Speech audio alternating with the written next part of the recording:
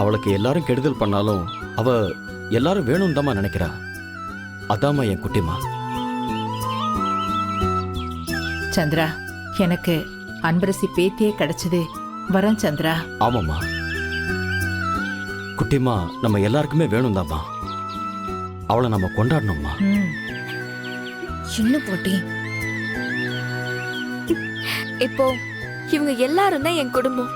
அப்ப உங்க லைஃப்ல ஒரே நேரத்துல 2 பெரிய அச்சீவ்மெண்ட்டை தொட்டிருக்கீங்க. ஆமா, அது உண்மைதான்.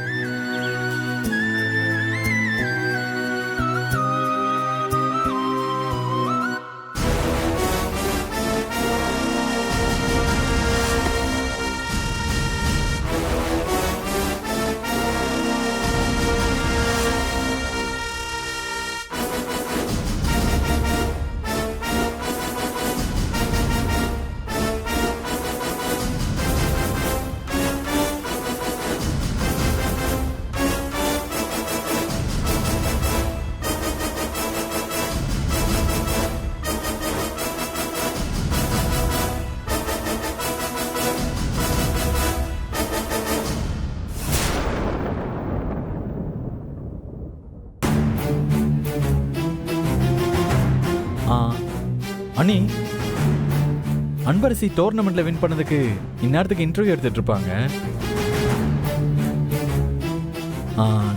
டிவி.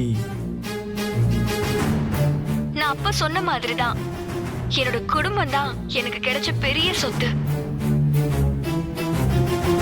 இத்தனை வருஷமா கழிச்சு அது எனக்கு கிடைச்சிருக்கு. இதுல நான் ஒரே ஒருத்தரை மட்டும் மிஸ் பண்றேன்.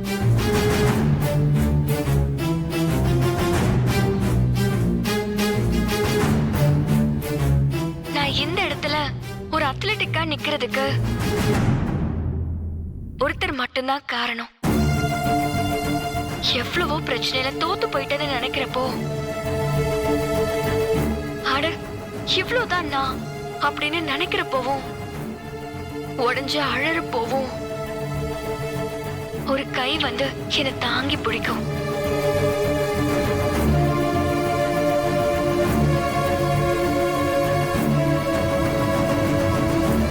என்னை திரும்ப திரும்ப எழுப்பி நிக்க வைக்கும். இனியாவது விஸ்வா சந்தோஷமா இருக்கணும். அந்த ஒரு ரிலேஷன்ஷிப் மட்டும் என் லைஃப்ல வராம போயிருந்தா, அந்த ரிலேஷன்ஷிப் மட்டும் எனக்கு கிடைக்காம இருந்திருந்தா,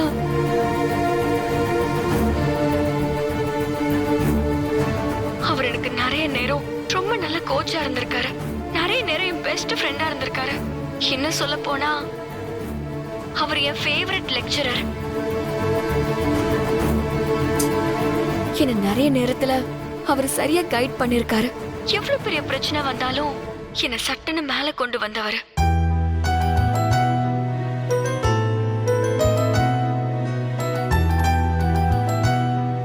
இன்னும் சொல்ல போனா, அந்த ஒரு ரிலேஷன்ஷிப் எல்லாத்துக்குமே மேல.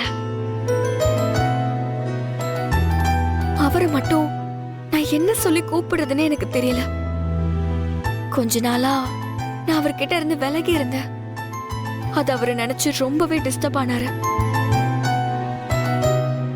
ஆனாலும் என்னோட சூழ்நிலை அவர்கிட்ட இருந்து விலக வேண்டியதா இருந்துச்சு. அதனால அவர்கிட்ட நான் சாரி கேட்டுக்கிறேன். எப்பவும் அவர் மேல என் பாசமும் சரி, மரியாதையும் சரி குறையிலன்னு மட்டும் நான் சொல்லிக்கிறேன்.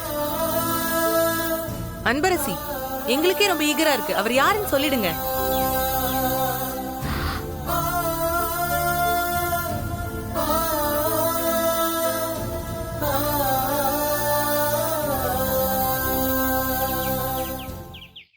விஸ்வா சார்.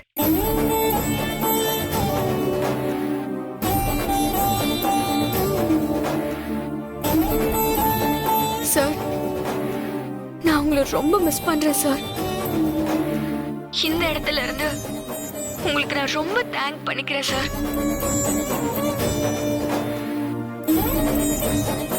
அன்பரசி, அவர் கூட தானே உங்களுக்கு என்கேஜ்மெண்ட் வரைக்கும் போய் நின்னுச்சு. இப்போ அது தொடருமா?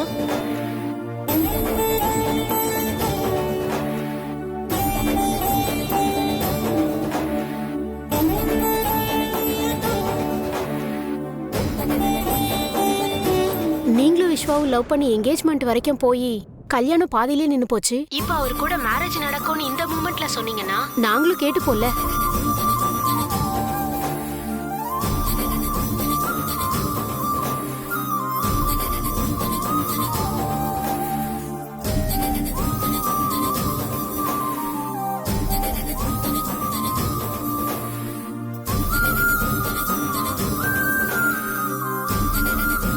அது வந்து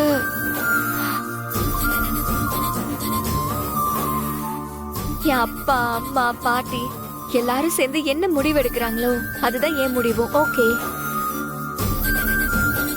அப்ப அவங்க சரின்னு சொல்லிட்டா உடனே மேரேஜ் எதிர்பார்க்கலாம், அப்படிதானே? அது வந்து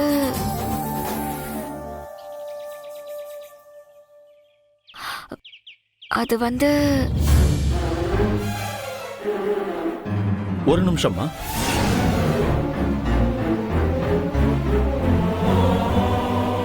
கண்டிப்பா அடுத்த வேலையே எங்களுக்கு அதுதான். அதை எவ்வளவு சீக்கிரம் செய்ய முடியுமோ அவ்வளவு சீக்கிரம் டிசைட் பண்ண போறோம். ஏன் இன்னைக்கே கூட இருக்கலாம்.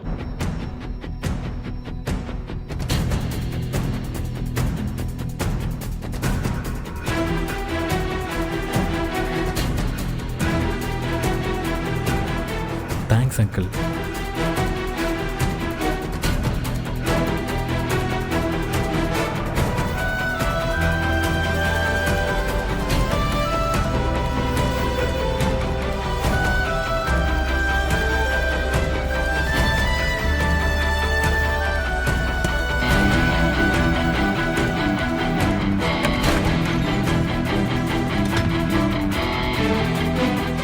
விஸ்வா, இனி அத்தை எதுவும் தடை போட முடியாது. உன் பாடு ஜாலிதான்.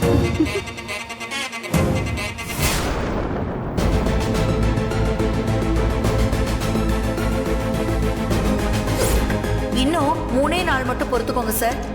மொத்த சொத்து எங்க கைக்கு வரப்போகுது. அப்புறம் நீங்க கேட்ட பணத்தை வாக்கு தவறாம நான் கொண்டு வந்து கொடுத்துருவேன் சார். சரி, நீங்க சொல்றத நான் நம்புறேன்.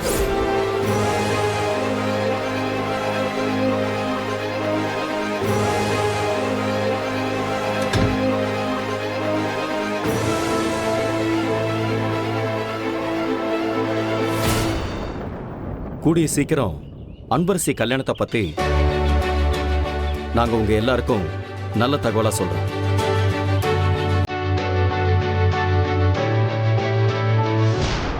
இதுக்கு மேல நான் இங்க இருந்தேன்னா அப்புறம் ஏதாவது பண்ணிருவேன்.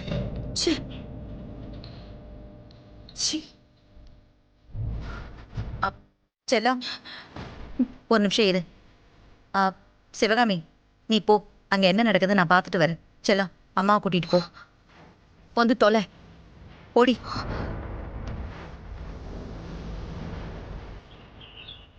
அன்பரசி, கடைசியா ஒரு கேள்வி. கவர்மெண்ட்ல இருந்து டோர்னமெண்ட்ல வின் பண்ணா இன்ஸ்பெக்டர் வேலை கொடுக்கறத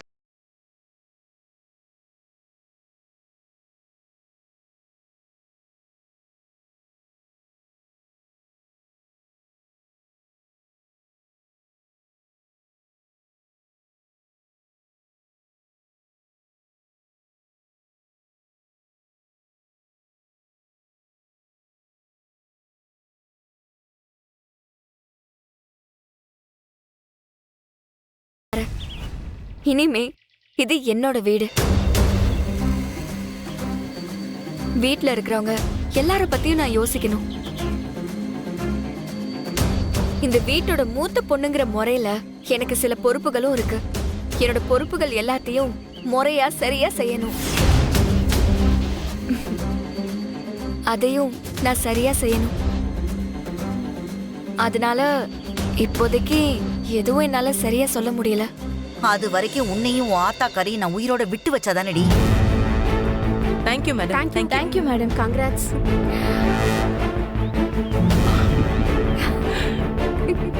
வா, உள்ள போலாம். வா. வாங்க.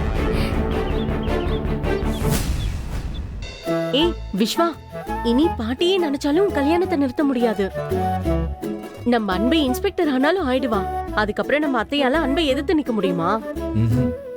இல்ல அண்ணி, எனக்கு தெரிஞ்ச அன்பரசி இன்ஸ்பெக்டர்லாம் ஆக மாட்டா. அவ நல்ல ஒரு அத்லட் ஆகணும். அடுத்து இந்தியா லெவல்ல நடக்க போற டோர்னமெண்ட்ல வின் பண்ணணும். ஓ, இதுதான் அவளோட ட்ரீமே.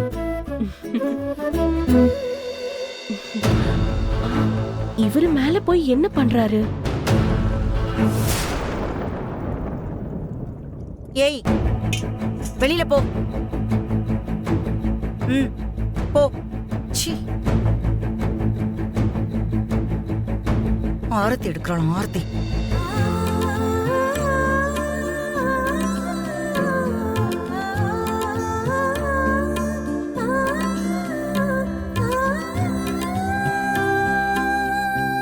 வாம்மா.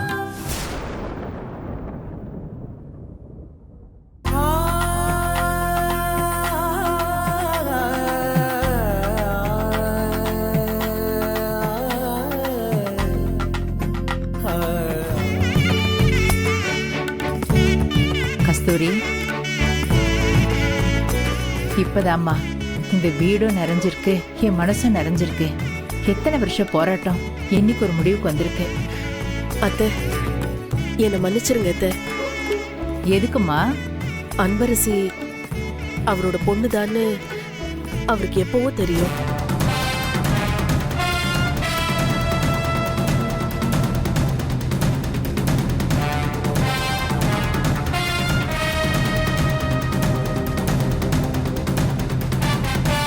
சந்திரா, கஸ்தூரி என்ன சொல்றா? உனக்கு முன்னாடியே தெரியுமா?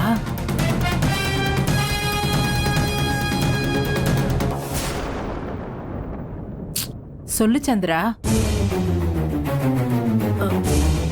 ஆமா அத்தை, அத நான் சொல்றேன். அன்பரசி நிச்சயத்தப்ப ஒரு கும்பல் என்ன கடத்தி வச்சுக்கிட்டு பணம் கேட்டு மிரட்டினதோடு இல்லாம அந்த நிச்சயத்தையும் நிறுத்தினாங்களே.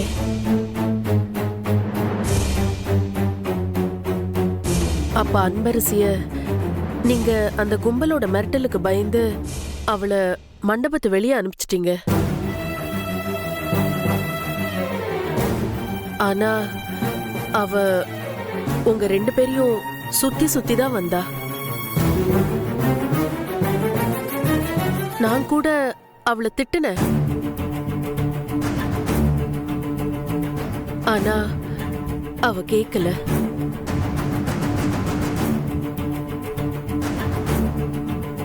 ஒரு தடவை இவரு அவங்க கிட்ட கொடுக்க போன பணத்தை அந்த கும்பல் கிட்ட இருந்து திரும்ப கொண்டு வந்து இவர் ரூம்லயே வச்சுட்டா. அப்பதான் எனக்கு எல்லா விஷயத்தையும் ஃபோன் பண்ணி சொன்னா.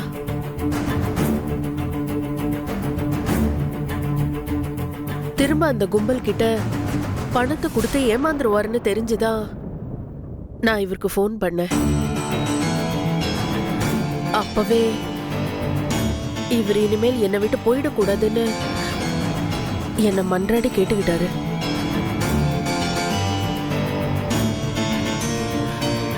அது மட்டும் இல்லாம நான் இருக்கிற இடத்தையும் கண்டுபிடிச்சு வந்துட்டாரு. அந்த நேரத்துலதான் அன்பரசி கிட்ட யாரோ அவ அப்பாவை பத்தி கேட்டாங்கன்னு என்கிட்ட அவரை பத்தி விசாரிக்க ஊருக்கு வந்திருந்தா. அந்த டைம் பார்த்து திருவிழா வேற. என்கிட்ட வந்து எவ்வளவோ கேட்டு பார்த்தா. நான் அவளை திட்டினதோட இல்லாம தோளுக்கு மேல வளர்ந்த புள்ளைய கை நீட்டி அடிச்சிட்டேன். ஆனா விதி அவ திரும்பவும் சென்னைக்கு கிளம்பும் போது இவர் கண்ணுல அன்பரசிய பட வச்சிருச்சு. அன்பரசி தான் அவர் பொண்ணுன்னு அவருக்கு அன்னைக்கே தெரிஞ்சிருச்சு.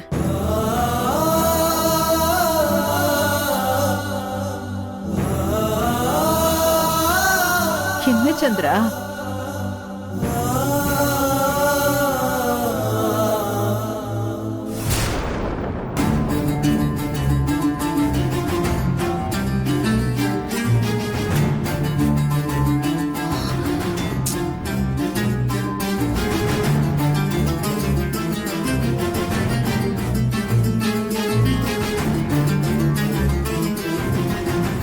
அம்மா திடீர்னு வந்து நான் தான் சொன்னா நம்ம சும்மா விட்டுருவோமா? அவளையும் அவங்க அம்மாவையும் 2 நாள்ல அம்மாவும் பொண்ணும் அப்படிங்கிற ஒரு ஆள் நம்ம வீட்டுக்குள்ள வந்தாங்கன்றதுக்கு அடையாளமே இல்லாம பண்ணிரலாமா? நீ எதுக்குமா இதுக்கு போய் ஃபீல் பண்ணிட்டு இருக்க?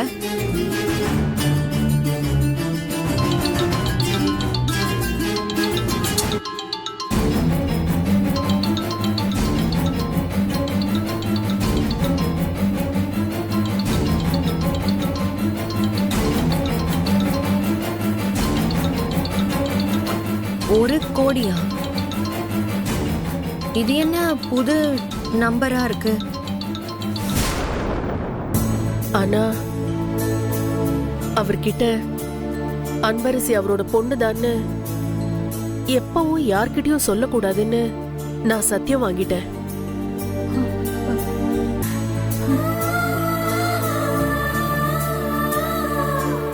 என்ன கஸ்தூரி இதெல்லாம்? இத்தனை வருஷம் பட்ட கொடுமையில பத்தாதா? நீயும் சரி என் பேத்தியும் சரி எங்க இருக்கீங்கன்னு தெரிஞ்சதுக்கு அப்புறம் இப்படி சொல்ல விடாம சத்தியம் வாங்கியிருக்கியே. இது எவ்வளவு பெரிய கொடுமை. அதுக்குதான் நான் உங்ககிட்ட மன்னிப்பு கேக்குறேன். அது மட்டும் இல்லாம கொஞ்ச நாள்லயே அன்பரசியும் சென்னைக்கு வந்து எனக்கு தெரியாம எப்படியோ போராடி இவருதான் அவளோட அப்பான்னு கண்டுபிடிச்சிட்டா.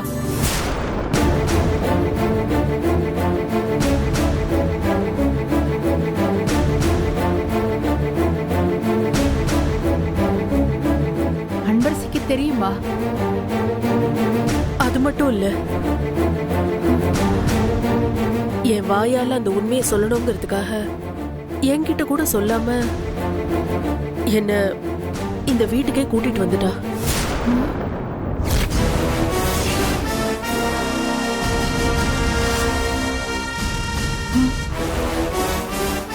ஆனா அவகிட்டயும் நான் சத்தியம் வாங்கிட்டேன்.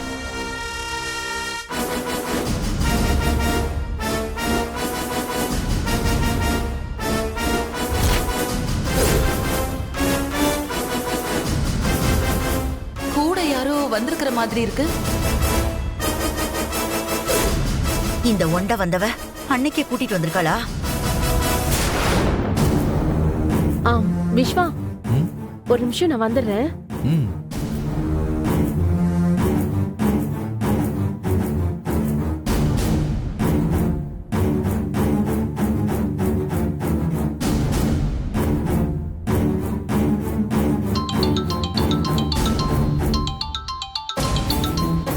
அம்மா, நீ ஏமா இப்படி இருக்க?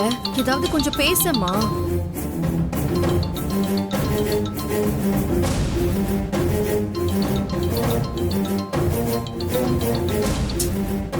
ஹலோ ஹலோ, யாரு?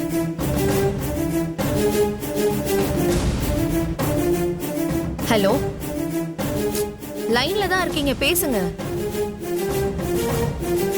ஹலோ, யார் பேசுறது? பேசலன்னா கட்டாச்சும் பண்ணுங்க.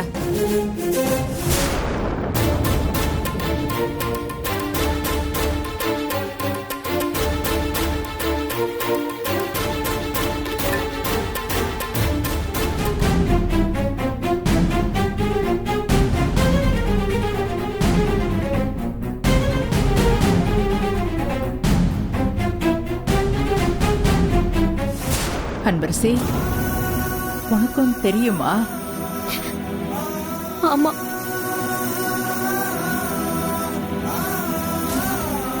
உனக்கு முன்னாடியே தெரிஞ்சிருந்தோம் நீயும் ஏன் சொல்லாம இருந்த? அப்போ 2 பேருக்கும் தெரிஞ்சிருந்தே காட்டிக்காம இருந்திருக்கீங்க.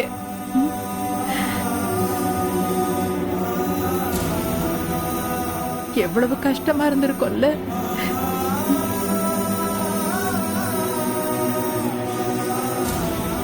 என்ன மன்னிச்சிரு குட்டிமா. சாரிப்பா. எல்லாத்துக்குமே நான் தான் அந்த காரணம். அதுக்கு தான் நான் உங்ககிட்ட மன்னிப்பு கேக்குறேன். ஏன் கஸ்தூரி, ஏன் சொல்ல வேண்டாம்னு சத்தியம் வாங்கின?